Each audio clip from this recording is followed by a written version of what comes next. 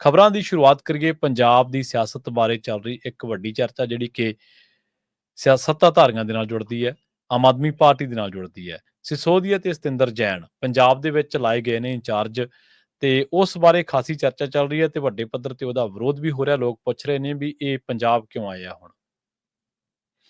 ਬਿਲਕੁਲ ਪ੍ਰਵੀਨ ਜੀ, ਇਹ ਸਵਾਲ ਬਹੁਤ ਵੱਡਾ ਹੈ ਕਿ ਦਿੱਲੀ ਤੋਂ ਤੁਸੀਂ ਹਾਰੇ ਹੋਏ ਹੋ, ਨਕਾਰੇ ਹੋਏ ਹੋ ਤੇ ਜੀ ਸਾਰੇ ਪੰਜਾਬ ਨੂੰ ਤੁਰੇ ਹੋਏ ਹੋ। ਇਹਦੇ ਜੀ ਕੀ ਮਤਲਬ ਨੇ?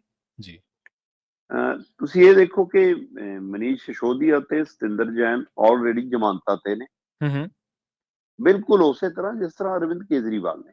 ਹੂੰ ਤੇ ਮੈਂ ਸ਼ਾਇਦ ਇਸੇ ਪਲੇਟਫਾਰਮ ਤੇ 2 ਵਾਰ ਇਹ ਗੱਲ ਪਹਿਲਾਂ ਕਰ ਚੁੱਕਿਆ ਕਿ ਕੇਜਰੀਵਾਲ ਨੇ ਆਪਣੇ ਘਰ ਦੇ ਬੈਕਯਾਰਡ ਦੇ ਵਿੱਚ ਆਪਣੇ ਚੁਣਿੰਦਾ 20-25 ਬੰਦਿਆਂ ਨਾਲ ਗੱਲ ਕਰਦੇ ਹੋ। ਵੀਡੀਓ ਮੇਰੇ ਕੋਲ ਹੈ, ਜੀ ਜੇ ਕੋਈ ਦੇਖਣਾ ਚਾਹਵੇ ਜਦ ਮਰਜੀ ਦੇਖ ਲਿਓ। ਉਹ ਨਿੱਜੀ ਤੌਰ ਤੇ ਬੈਠ ਕੇ ਉਹਨਾਂ ਨੂੰ ਕਹਿ ਰਹੇ ਨੇ ਕਿ ਚਿੰਤਾ ਮਤ ਕਰੋ, ਆਪ ਸਭ को मैं पंजाब लेकर जाऊंगा, हम पंजाब चलेंगे। ਜੀ ਸੋ ਮਤਲਬ ਤੁਸੀਂ ਜਿਨ੍ਹਾਂ ਨੂੰ ਰਾਜ ਭਾਗ ਮੰਨਣ ਦੀ ਹੁਣ ਆਦਤ ਪੈ ਗਈ, ਤੁਸੀਂ ਉਹਨਾਂ ਨੂੰ ਰਾਜ ਭਾਗ 'ਚ ਹੀ ਰੱਖਣਾ ਚਾਹੁੰਦੇ ਹੋ। ਹੂੰ ਨਾ ਤੁਹਾਡੀ ਮੁੜ ਕੇ ਵੈਗਨਰ ਲੱਭੀ, ਨਾ ਮੁੜ ਕੇ ਤੁਹਾਡਾ ਮਫਲਰ ਲੱਭਿਆ, ਨਾ ਕੈਂਚੀ ਚੱਪਲ ਲੱਭੀ, ਨਾ 150 ਵਾਲਾ ਉਹ ਚੈੱਕ ਵਾਲਾ ਝੱਗਾ ਲੱਭਿਆ।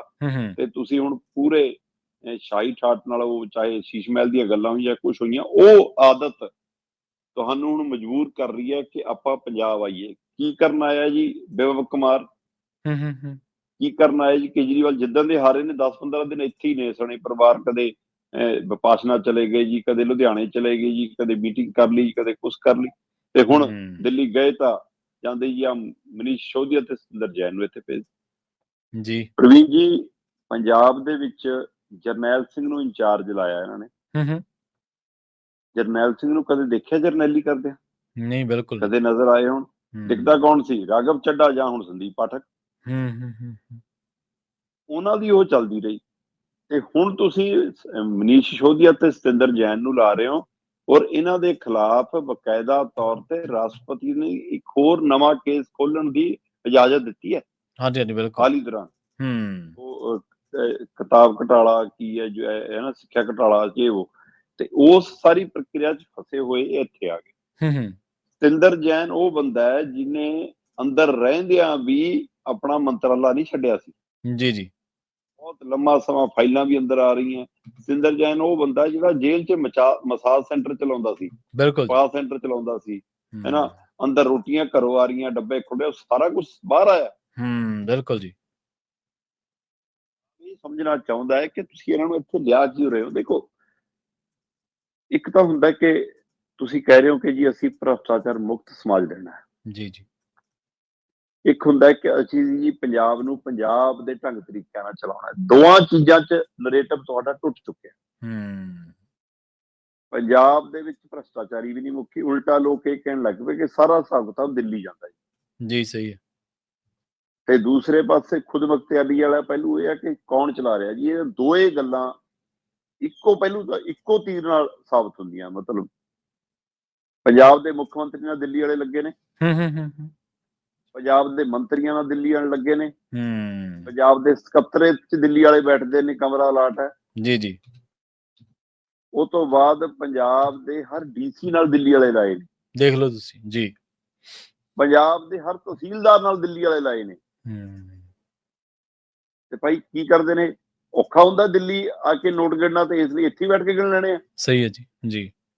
ਇਸ ਲਈ ਬਿਠਾਏ ਨੇ ਇੱਥੇ। ਹੁਣ ਇਹ ਇਸ ਲਈ ਆਏ ਨੇ ਕਿ ਬਈ ਸਾਰਾ ਹਿਸਾਬ ਕਿਤਾਬ ਇੱਥੇ ਹੀ ਕਰ ਲਿਆ ਕਰੋ, ਉੱਥੇ ਸਾਨੂੰ ਜਾ ਕੇ ਦੇਣ ਦੀ ਲੋੜ ਨਹੀਂ। ਪੰਜਾਬ ਇਹ ਸਮਝਦਾ। ਦੋਵਾਂ ਨੂੰ ਲਾਉਣ ਤੋਂ ਬਾਅਦ ਪੰਜਾਬ ਦੇ ਵਿੱਚ ਇੱਕੋ ਇੱਕ ਸੁਣਿਆ ਗਿਆ ਕਿ ਉਹਨਾਂ ਨੂੰ ਇੱਥੇ ਐਡਜਸਟ ਕੀਤਾ ਗਿਆ। ਭ੍ਰਿਸ਼ਟਾਚਾਰ ਦਾ ਹਿਸਾਬ ਕਿਤਾਬ ਇੱਥੇ ਹੀ ਕਰਨ ਦੇ ਲਈ ਆਪਣੇ 2 ਇਮਾਨਦਾਰ ਬੰਦੇ ਲਾਏ ਗਏ ਨੇ। ਇਹ ਪੰਜਾਬ ਇਹ ਸੋਚਦਾ। ਇਹਦੇ ਵਿੱਚ ਕੋਈ ਦੋ ਰਾਏ ਨਹੀਂ ਕਿ ਇੰਚਾਰਜ ਦਿੱਲੀ ਤੋਂ ਜਾਂ ਹੋਰ ਥਾਵਾਂ ਤੋਂ ਲੱਗਦੇ ਰਹੇ ਨੇ। ਸਾਰੀਆਂ ਪਾਰਟੀਆਂ 'ਚ ਲੱਗਦੇ ਨੇ, ਕਾਂਗਰਸ 'ਚ ਵੀ ਲੱਗਦੇ ਨੇ, ਬੀਜੇਪੀ 'ਚ ਵੀ ਲੱਗਦੇ ਨੇ, ਹੈਨਾ। ਹੋਰ ਕੋਈ ਦਲ ਹੋਵੇ ਕਿਸੇ, ਉਹਨਾਂ 'ਚ ਵੀ ਲੱਗਦੇ ਨੇ। ਸੋ ਇਹ ਪ੍ਰਕਿਰਿਆ ਰਹਿੰਦੀ ਹੈ ਇੰਚਾਰਜ ਲੱਗਣ ਦੀ। ਪਰ ਕੱਲ ਸਰਦਾਰ ਹਮੀਰ ਸਿੰਘ ਜੀ ਟਿੱਪਣੀ ਕਰ ਰਹੇ ਸੀ। ਉਹ ਕਹਿੰਦੇ ਕਿ ਮੈਨੂੰ ਇਹ ਦੱਸ ਦਿਓ ਕਿ ਕੋਈ ਪੰਜਾਬ ਦਾ ਵੀ ਬੰਦਾ ਕਦੇ ਆਮ ਆਦਮੀ ਪਾਰਟੀ ਨੇ ਕਿਤੇ ਇੰਚਾਰਜ ਲਾਇਆ? ਬਿਲਕੁਲ ਸਹੀ ਸਵਾਲ ਹੈ ਜੀ। ਜੇ ਬਾਕੀ ਪਾਰਟੀਆਂ ਉੱਥੋਂ ਲਿਆ ਕੇ ਲਾਉਂਦੀਆਂ ਨੇ ਤਾਂ ਇਹ ਵੀ ਤਾਂ ਹੈ ਨਾ ਕਿ ਇੱਥੇ ਵਾਲੇ ਵੀ ਲੱਗਦੇ ਨੇ। ਤੇ ਬਾਕੀ ਪਾਰਟੀਆਂ ਇਕੱਲੀ ਦਿੱਲੀ ਤੋਂ ਨਹੀਂ ਲਾਉਂਦੀਆਂ। ਕੋਈ ਰਾਜਸਥਾਨ ਵਾਲਾ ਹੁੰਦਾ ਹੈ, ਕੋਈ ਮਹਾਰਾਸ਼ਟਰ ਵਾਲਾ ਹੁੰਦਾ, ਕੋਈ ਕਿਤੇ ਵਾਲਾ ਹੁੰਦਾ, ਤੇ ਸਾਡੇ ਵਾਲੇ ਵੀ ਜਾ ਕੇ ਉੱਥੇ ਲੱਗਦੇ ਨੇ ਉਹਨਾਂ ਪਾਰਟੀਆਂ ਦੇ। ਹੂੰ, ਹੂੰ, ਹੂੰ, ਹੂੰ।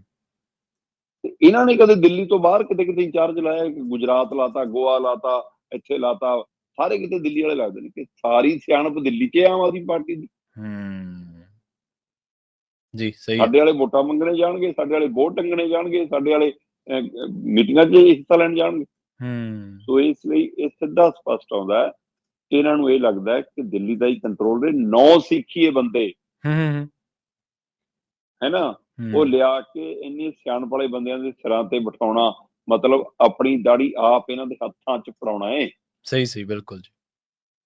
ਇਹ ਵਰਤਾਰਾ ਵਾਪਰ ਰਿਹਾ ਪ੍ਰਵੀਨ ਜੀ, ਔਰ ਇਹਦਾ ਅਸਰ ਨੈਗੇਟਿਵ ਜਾ ਰਿਹਾ। ਔਰ ਮੈਨੂੰ ਲੱਗਦਾ ਹੋ ਸਕਦਾ ਸਤਿੰਦਰ ਜੈਨ ਤੇ ਮਨੀਸ਼ ਸਿਸੋਦੀਆ ਜਿਹੜੇ ਆਉਂਦੇ ਦਿਨਾਂ 'ਚ ਜੇਲ੍ਹਾਂ 'ਚ ਦਿਖਣੇ ਸੀ ਦੁਬਾਰਾ, ਹੂੰ, ਹੂੰ, ਇਹ ਜੀ ਈਡੀ ਦੇ ਰਾਹੀਂ ਬੀਜੇਪੀ ਇਹਨਾਂ ਦੇ ਪਿੱਛੇ ਪਈ ਆ, ਹੂੰ, ਹੈ ਨਾ। ਹੂੰ, ਹੂੰ।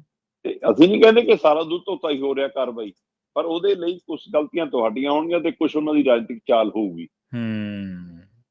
ਇਸ ਸਥਿਤੀ ਦੇ ਵਿੱਚ ਹੋ ਸਕਦਾ ਬੀਜੇਪੀ ਥੋੜਾ ਜਿਹਾ ਹੱਥ ਜੇ ਢਿੱਲਾ ਛੱਡ ਦੇਵੇ। ਜੀ। ਇਹ ਜਿੰਨਾ ਪੰਜਾਬ 'ਚ ਫਿਰਨਗੇ, ਜਿੰਨਾ ਵਿਚਰਨਗੇ, ਜਿੰਨੀਆਂ ਆਪ-ਹੁਦਰੀਆਂ ਕਰਨਗੇ, ਉਹਨਾਂ ਬੀਜੇਪੀ ਨੂੰ ਲੱਗਦਾ ਕਿ ਸਾਡਾ ਰਾਹ ਪੱਧਰਾ ਹੋਊਗਾ, ਇਹਨਾਂ ਨੂੰ ਕਰਨ ਦਿਓ ਅਜੇ। ਸਹੀ ਹੈ ਜੀ। ਕੀ ਹੋ ਸਕਦਾ, ਹੂੰ। ਪਰ ਇਹ ਪੰਜਾਬ ਲਈ ਤਾਂ ਸਹਾਈ ਹੈ ਹੀ ਨਹੀਂ, ਸ਼ੁਭ ਹੈ ਹੀ ਨਹੀਂ। ਆਮ ਆਦਮੀ ਪਾਰਟੀ ਲਈ ਵੀ ਸ਼ੁਭ ਨਹੀਂ ਹੈ ਜੋ ਇਹਨਾਂ ਨੇ ਕੀਤਾ। ਜੀ, ਜੀ।